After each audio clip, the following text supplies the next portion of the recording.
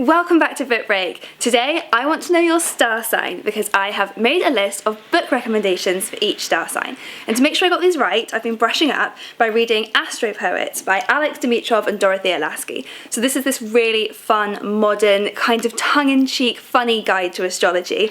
It's perfect, everything you need to know about each star sign for the 21st century. So you can know what they're like as a friend, what they're like in bed, even how to text them for the best results. It's really brilliant. And it's such a good companion to Linda Goodman's Sun Signs. So this is kind of the original astrology Bible. This was published in the 60s and actually became the first book on astrology to become a New York Times bestseller. So these are really great companion books. So based on everything I've learned from those two books, I have pulled together my list of book recommendations and I've come here to the Atlantis bookshop to tell you about them. So this is the oldest independent occult bookshop in the UK, possibly in the world. It started in 1922 and it's this amazing family-run business. They've got books on magic, witchcraft and tarot. This is the birthplace of modern day witchcraft. So where could be more perfect for me to come and talk about all of these books? Okay, so on with the list. And if you look in the description box below, I have put the time codes for each star sign. So you can jump straight to yours, but also make sure to go and check out all of your friends and families if you're planning the perfect gift to buy them.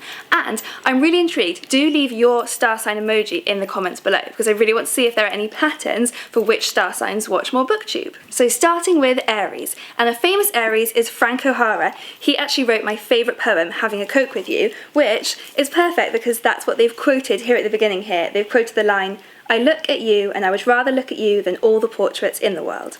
And another famous Aries is Elton John, so I have to recommend his autobiography, Me, if you want to read about all of that famous Aries energy.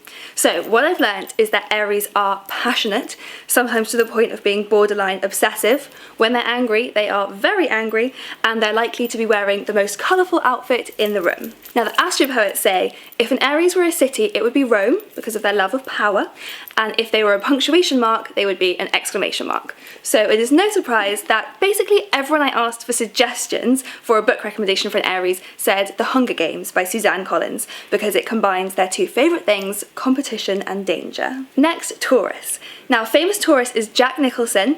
Tauruses have this really stable energy, and they sometimes get this reputation for being a bit boring, which is actually really unfair. It's just that they live their life so in the present. A Taurus could take the same walk every day for 20 years and truly be experiencing it every time. The Astro Poets say that if a Taurus was a weather, it would be a moody summer rain that goes on all afternoon and then brightens into a purple sunset.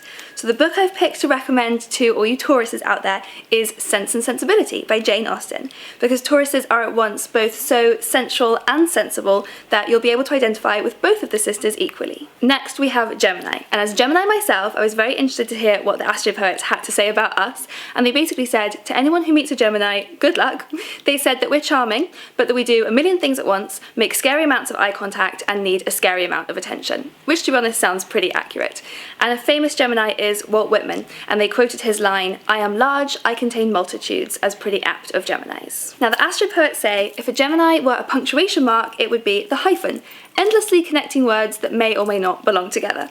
So that made me think that my first book recommendation should be Ulysses by James Joyce, especially as that is all set on the 16th of June, which is a day in Gemini season, and incidentally, my birthday. But I actually think a better fit is Daphne du Maurier's short story collection, The Birds and Other Stories, because a Gemini's mind is never at rest, and these stories are deliberately designed to keep your mind whirring for days after you've read them. Next, Cancer. Now Cancers are basically described as being kind of know-it-alls, which as someone who's married to one, I can tell you is true. They can also be a bit insecure, but deep down they know that they're in charge, and they're homebodies. When it comes down to it, home and family really is their happy place. So basically, they're a little bit shy, a little bit moody, but very, very caring. The Astro Poets say, if Cancer were a utensil, it would be the big spoon, and if it were a weather, it would be a torrential downpour. So the book I've picked for Cancers is A Tree Grows in Brooklyn by Betty Smith, as it's this really emotionally rich book that is ultimately all about family. Next, Leo. Now, Emily Bronte was a Leo, so Wuthering Heights is a must-read for any Leo, especially as the mega Leo protagonist, Catherine Earnshaw, will be very relatable to you. Leos can be a little bit self-interested, but in a very lovable way. Now, having a Leo around is never boring, though that is because they can be slightly hyperbolic, they make natural leaders, and having a Leo in your life means having a friend who will always stick by you, and will buy you great presents. The astro poets say that if a Leo were a type of weather, it would be a heat wave. So there's very strong personalities here. So the book that I've picked is The Ensemble by Aja Gabel. So this follows 4 members of a string quartet through their lives, and it focuses on their friendships with each other, their triumphs, their successes and their losses, and their intensity about their art. Now Virgos. Virgos love talking to you about your feelings, but they hate talking about their own. That's not because they don't have them, they actually think about their feelings all the time, they just will never complain. Virgos can come across as a little harsh at first, but they're actually deeply caring and kind. Just make sure that you get your grammar spot on when you text them. And Virgos love to champion big causes. So Bernie Sanders is a famous Virgo. The astro poets say if Virgo were a punctuation mark, they would be the full stop. Final, authoritative, and sometimes hard to read. So that made me think of the book The Secret Barrister, which is this really fascinating read which delves into the justice system in this country and how it's failing people who need it the most. So that's perfect for the principled Virgo. It would also be pretty good for a Libra because they care a lot about justice. Their sign is the scales after all, but let's get on to them next. So, Libras. Oscar Wilde and Truman Capote are 2 famous literary Libras, so you could start with The Importance of Being Earnest or In Cold Blood as your book recommendations. Unsurprisingly, with those 2 as our famous Libras, Libras love drama. They're known as being the peacemakers, but the astro poets say they are actually rather theatrical. It's just that they see drama as entertaining rather than serious. Another famous Libra is Kim Kardashian. The astro poets say if a Libra were a flower, they'd be white tulips. Understated but elegant, placed in an expensive vase and adding just the right touch of splendour to a room. What a compliment. So my book recommendation is Sweet Bitter by Stephanie Danler, which is about a young woman working in a high-end restaurant in New York. So it's got the perfect blend of life drama and elegance for all of your Libra needs. Now Scorpios. So Scorpios don't always wear their hearts on their sleeve, but when they do get caught in their feelings, they find that they have a lot of them. And when a Scorpio tells you they love you, they really mean it. The astro poets say that if a Scorpio were a type of weather, it would be as hot as hell. And another key thing about Scorpios is their love of power. That doesn't mean that you'll find them running for office or being a CEO. They're more of a behind-the-scenes kind of powerful. They like to be the ones pulling the strings. And they're also very good at revenge. So what book could I recommend here but Gone Girl by Gillian Flynn? So this book is all about power and revenge with a very Scorpio main character who will either love you intensely or turn the tables on you so fast you won't know what's hit you. Now for Sagittarius. So the astro poets say that Britney Spears is the ultimate Sagittarius. Rebellious but sweet, constantly wanting to be loved but also constantly wanting to be free. Sagittariuses definitely aren't followers, but they're not really leaders either. They actually prefer just to be left alone to follow their own obsessions and make their own decisions, and they think that everyone else should have that right too. The astro poets say that if a Sagittarius were a city, there'd be Las Vegas, and if they were weather, there'd be fog.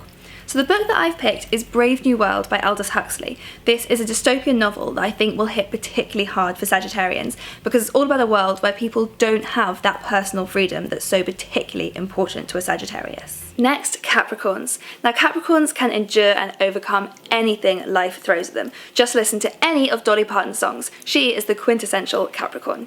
Capricorns have a lot of ambition and they're interested in other people with ambition, but they can do anything on their own and they'll do it all brilliantly. Basically, Capricorns don't need you. The astro poets say that if a Capricorn were a handshake, it would be the kind that involves looking the other person dead in the eye, emphasis on dead. So the perfect book for a Capricorn is Wolf Hall by Hilary Mantel, which is all about Thomas Cromwell's ambitious ascent to power and fame in Henry VIII's court.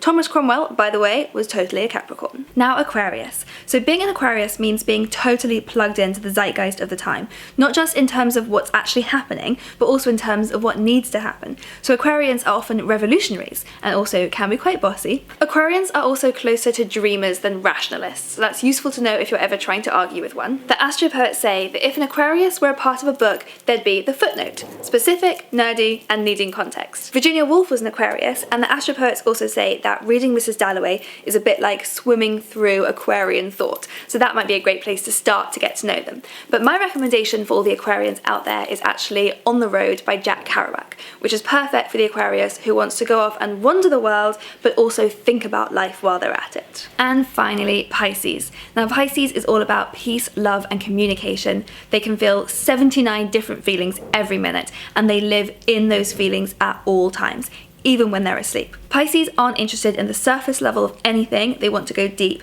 and they've got really strong emotional antennae, which, warning, can see right through you.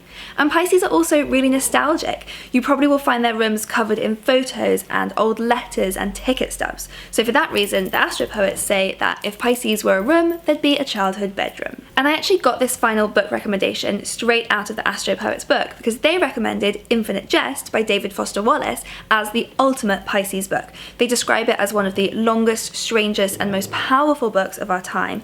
And David Foster Wallace was himself a Pisces, which you can totally tell in the way that in Infinite Jest, he tries to capture everything, even the totally uncapturable. Reading Infinite Jest, you never know if you should be laughing or crying or feeling furious or feeling all of the emotions all at once, which, according to the Astro Poets, is being a Pisces. So those are my suggestions, but do click the link in the description box because we've got a blog post with even more recommendations for each star sign. And that was just Western astrology. If you're interested in looking up your Chinese zodiac sign, Shelley Wu has got the definitive guide in her book, Chinese Astrology. And it's worth looking up which sign you are because different years can apparently bring you bad luck unless you wear something red given to you by a relative. So it's worth doing some forward planning for that. And do give this video a thumbs up and hit that subscribe button below for new videos every week. Coming up next week, we're talking about the new books coming out from your favourite authors. And in the meantime, do go and follow us over on Instagram at BookBreakUK. See you next time.